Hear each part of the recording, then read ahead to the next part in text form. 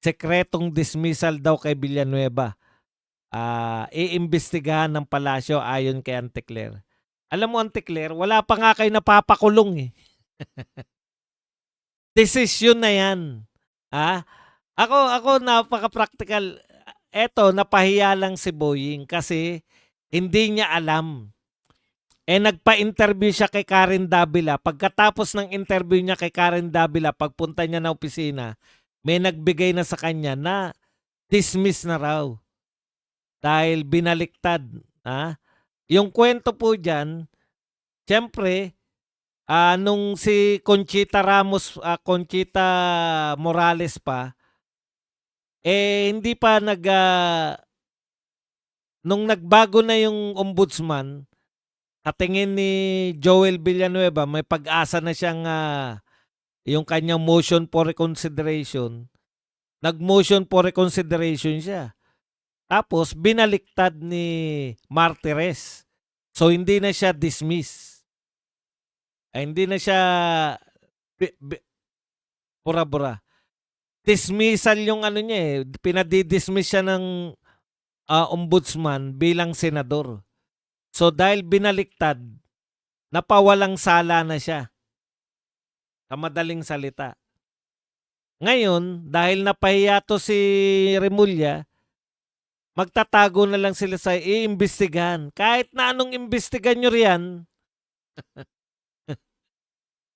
nilihim daw. Bakit daw nilihim? Ang tanong nga sa kanya ni Martires bakit kinakailangan ko bang lahat na, meron bang rules na lahat ng pasya ng ombudsman, meron ba tayong rules na dapat i-publicize? Hindi naman Pero lahat ng proper authority nabigyan niya. In fact, nakita lang natin na lumabas yung sulat. Ito si Tito Soto, may kasalanan ng lahat Tito Soto, bakit tahimik ka ngayon? Sinasabi na nilihim, di ba? Bakit daw hindi nilantad? May nakita akong sulat mula sa ombudsman. Binigay kay Soto. Ito po ay may petsang teka, tignan ko lang yung petsa.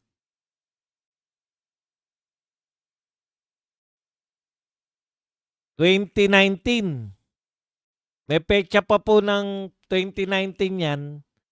Address po kay then Senate President Tito Soto na pinapaalam po na ni-reverse ng ombudsman yung naunang dismissal order kay Joel Villanueva.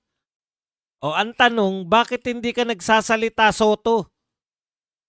Binigyan ka pala ng sulat na reverse na. Diba? Nasa sulat na pinaalam sa Senate President. Putya, pinapahamak mo yung legal advisor mo Nagmumukhang tanga tuloy si Boying Dapat magpahayag ka naman. May sulat ka na pala, bakit dehin bukiki ka? Ikaw talaga tutasin, no? Para hindi kumikibo si tutasin, para baka palilipasin na lang. Okay. Ako eto kung sekreto po yan, sa tingin nyo, opisina mo na yan Imposible namang wala kayong record niyan. Baka hindi lang siya nagtanong. Baka nakausap niya si Morales Carpio. Kaya sablay po tong mga announcement talaga nito ni Anticler na ano na naman yan. Sa bagay, mentras na may pinag-uusapan tayo labas ng flood control ngayon, mabuti sa kanila kasi wala namang intention yung mga yan na lumutas ng problema Lahat po ng mga problema dito sa Pilipinas, Wala po silang intensyon na lutasin. Ang intensyon lang po nila ma-divert tayo, matabunan na yung issue, makalimutan na ng mamamayan. Hindi po eh. Hindi po makakalimutan yan eh. Kada uulan. Oh, tapos ang mga celebrity, kada sisingilin nyo ng tax. Oh, kada kada bumababa yung presyo ng piso kontra dolyar. Kada umaalis yung mga mamumuhunan dito sa atin, yung mga foreign investors, maaalala namin yan dahil sa korupsyon lahat. Kaya tayo nagkanda leche-leche. Kung mababalitaan namin na mangungutang kayo, maaalala ng mga Pilipino na yung inuutang ninyo para lang nakawin. Diba? Tuwing uulan, maalala namin, mga hayop kayo. Pinapatay nyo sa baha ang mga Pilipino. Bulsa kayo ng bulsa. Hanggang ngayon, walang nakakulong. Nauna pang sampahan ng kaso yung ano. Nasampahan pa ng kaso si Bongo. Tinukis lang ni Trillanes, may kaso pa si Bongo. Nauna pa yung kaso ni Bongo kaysa makasuhan yung mga sa Ghost Project na lang po. Hindi na po kinakailangan ng ebidensya. Yan na nga yung ebidensya. Oh. Lahat ng pumirma sa Ghost Project, ipakulong nyo.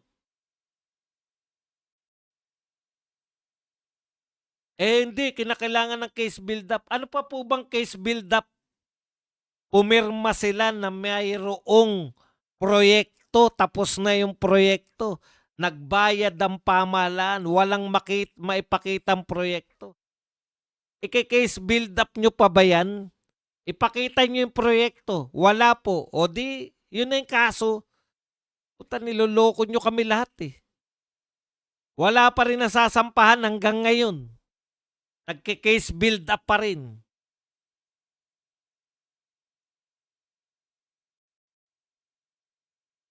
Ay, meron na pala nasampahan si Bongo tsaka si Tatay Digong.